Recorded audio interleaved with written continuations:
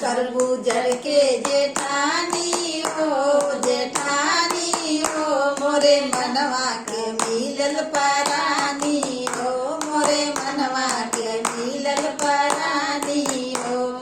कर गुजर के जेठानी हो जेठानी हो मोरे मनवा के मिलल परानी हो मोरे मनवा के मिलल परानी हो साजे सवेरे पिया झाड़ू लगावे साजे सवेरे पिया झाड़ू लगावे मोहे कहे बैठा रानी हो मोरे मनवा के मिलल परानी हो मोके कहे बैठा रानी हो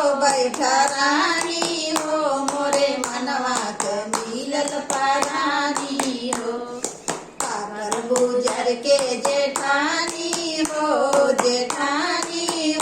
मोरे मनवा के मिलल परानी हो मोरे मनवा के मिलल परानी हो साजे सवेरे पिया खाना बनावे साजे सवेरे पिया खाना बनावे मौका कहे बैठा रानी हो रे मनवा के मिलल परानी हो हमके कहे बैठा रानी हो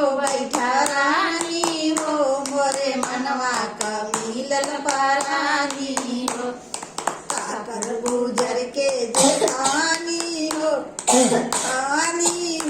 मोरे मनवा के मिलल परानी हो कर गुजर के जेठानी हो मोरे मनवा के मिलल परानी हो साजे सवेरे पिया बर्तन धोए साजे सवेरे पिया बर्तन धोए हमके कहे बैठा रानी हो मोरे मनवा के मिलल परानी हो मोरे मनवा के मिलल परानी हो कर गुजर के जेठानी हो मोरे मनवा के मिलल परानी हो मोरे मनवा के मिलल परानी हो साजे सवेरे पिया बिस्तर लगावे साजे सवेरे पिया बिस्तर लगावे हमका कहे बैठा रानी हो मोरे मनवा के मिलल परानी हो मोरे मनवा के मिलल परानी हो कर गुजर के जेठानी हो मोरे मनवा के मिलल परानी हो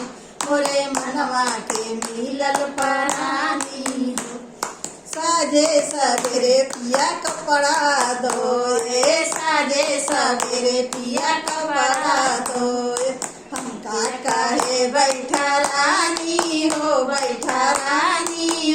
मोरे मनवा के मिलल परानी मोरे मनवा के मिलल